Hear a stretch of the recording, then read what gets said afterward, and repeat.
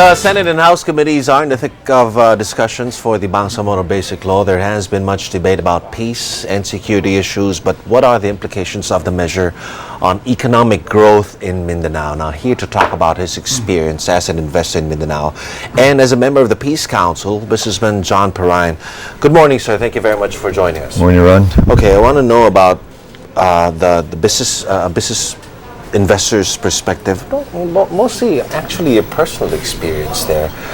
You put up a company and dealt with the residents there, and you had this, you call it a personal conversion. But let's talk about that conversion first. From what stand to what stand? First of all, Ron, I just want to explain a little bit of my background, because the question is, how did I come to be there to begin with? Standing in the middle of Moto land. So I was born to an American father and a Filipina mother. Had two citizenships, but I come to believe that everything you do in life should be done with commitment. And that commitment, live with passion. Passion is from the heart, and you can't live passion with a divided heart. So at a certain point, I decided to have an undivided heart as a Filipino, and I surrendered my American citizenship. So that's where I am today. So what brought me into the Bangsamoro, or Maguindanao, was that when I went to Bukidnon in 1975, I met someone who has passed away since then. His name is Roy Tunggol.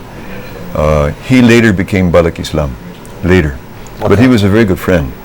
So when our company, which is in bananas, we started in 1992 in Davao, was looking for expansion, he came to me and he started talking, John, there's plenty of land in Maguindanao. And I told him, Ray, I don't care. It's a Muslim area. So, but he was a friend, so he kept pestering, just send the technical guys. So I sent the technical guys. They came back, beautiful soil, water, sunshine, everything. And I thought, Ray, still, I don't care. It's a Muslim area.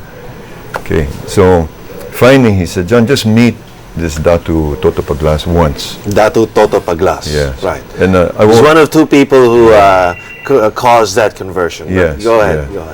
And I won't bug you anymore. So being a good friend who could bug me by coming up to my house at dinner and not leaving until breakfast the next morning, that was well appreciated. Kind of a friend, So anyway, I went to meet Datu Toto,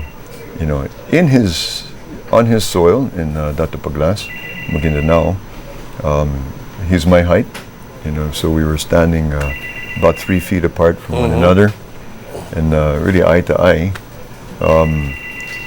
Going backwards a little bit, I had been a very bad boy in my past life, but I came to the Lord in 1991, committed my life to Him, which is still a process of unraveling your bad boy days. But anyway, that was 91.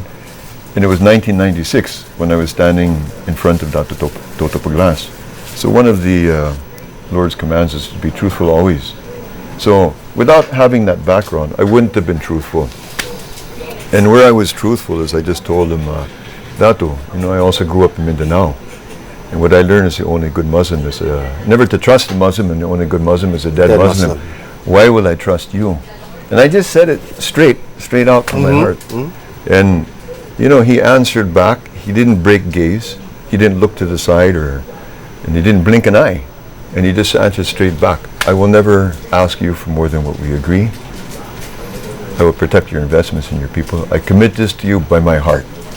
And sometimes when someone talks to you, it came from deep within their heart.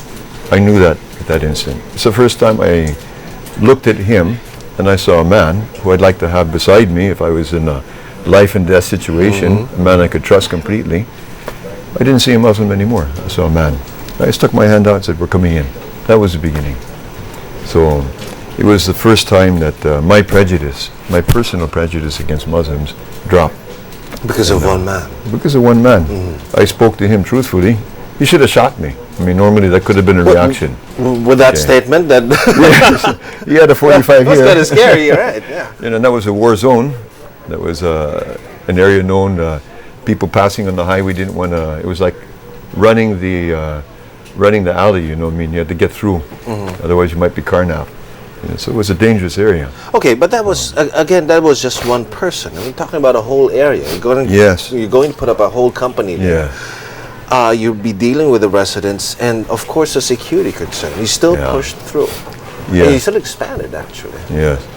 Yeah, the second step, of course, was he's just one man, but the area was under the control of the MILF. Right.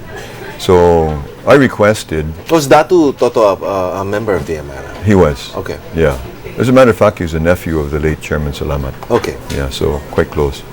So I asked for a meeting with the chairman to confirm that You asked for a meeting with Chairman Najim Salamat? Yes. The founder of the MILF? Yes. To confirm that we were really welcome as a Christian investor coming into MILF territory. So it was arranged, and I went to see him. It was 1996 in Camp Abu Bakar. So I went up to see him, and it was supposed to be a short meeting of 20 minutes to confirm, yes, you're welcome. But when I met with him, I told him, Chairman, I wouldn't be here except by the hand of Allah, of God, because I was prejudiced against Muslims.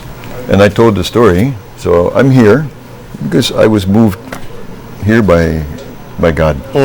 So then we ended up having a 4-hour discussion on God. He was a very spiritual man. Yes, yes, 4 hours. And what he ended up saying in the end is that we cannot have peace without development. So we must protect your investment, because if you succeed, maybe others will follow. If you fail, no one else will come. So we will protect you. If you succeed, maybe others will follow. And that's where you got the indication that they were open to this business expansion in their area.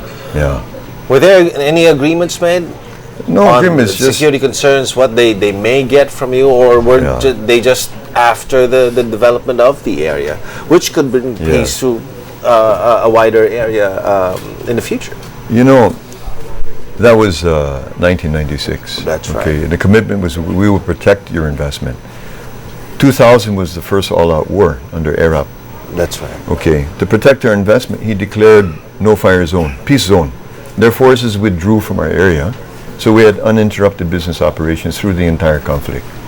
2003 was the second all-out war. Wait, we have to highlight that. Yeah. He withdrew his troops. Yes. There was an all-out war from the government, but he didn't give a command for the MILF to retaliate or come head-to-head with the government force. No, they fought elsewhere in other areas. Right. But in our area, they declared it a peace zone. No conflict, to protect the investment.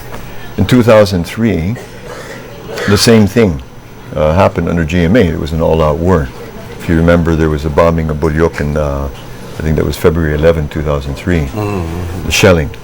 And an all-out war ensued. They declared again our areas of investment to be peace zones. So we had uninterrupted business operations over the last 19 years that we've operated there. They've never asked us for any donation. No revolutionary tax, no donation. And they've been very, very consistent in maintaining that policy. Chairman Salamat passed away in 2003. He was succeeded by President Al-Haj Murad. That's right. And Chairman Murad said the same thing. We cannot sustain peace without development. And we need more projects like yours to be beacons of hope for our people. They didn't get anything from you? No, never. Nothing. And another point I'd like to make, when people question, can we trust the MILF? I'm not speaking in opinion, I'm just speaking from our actual experience. 19 years that this is what we've experienced. And if you note, after the all-out war of 2000 and after the all-out war of the year 2003, normally a guerrilla force would resort to diversionary tactics. Bombing of civilian structures, bombing of bridges, bombing of power stations, bombing of bus stations, in other words, to divert the military attention. Of course, there was a cry from some of the combatants to do exactly that, because they were under a full-scale attack. Chairman Salamat and then Chairman Murad both held the men and said, no, we cannot do that, because if we do that, we will be seen as a terrorist organization. We'll have no chance for a legitimate peace for all the people of the Bangsamoro. This was what year again?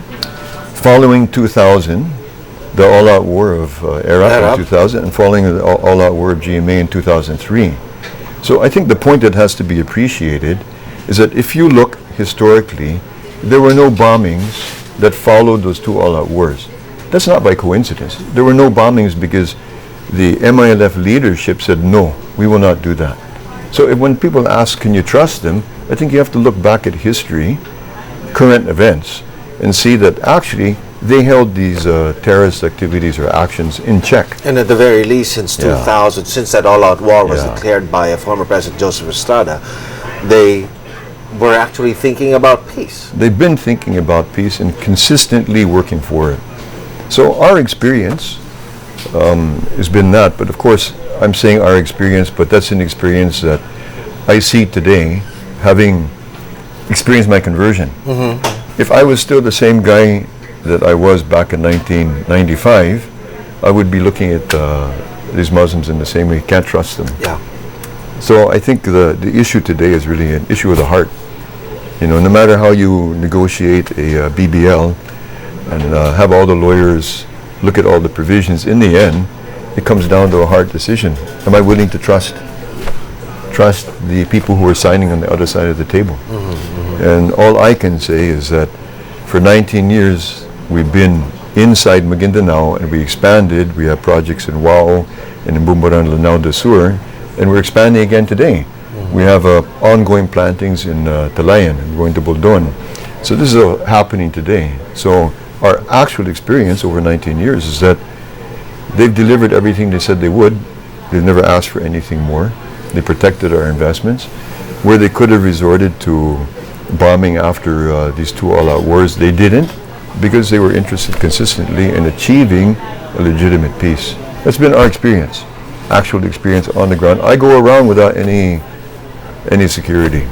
And you're here with us now as witness to proof that success is possible. Yeah, success is possible. In Maguindanao and MILF-controlled areas. But were there any other companies there expanding, also protected by the MILF, just for the development in the area? You know, you may be lucky. I mean, you were able to talk to Dato Toto Paglas and Chairman Salamat as well. Yeah, I guess we want to know if that holds for the others as well. So I think the question today is, can this be replicated? And is there someone from the MILF who will stand up as a partner for any potential investors? Exactly the questions I wanted to ask. Yeah, so you know, within the mechanism of the peace agreement, there's a Bangsamoro Development Agency, BDA, and this is a development agency that's a little bit unusual because the directors many times of government agencies are just picked up,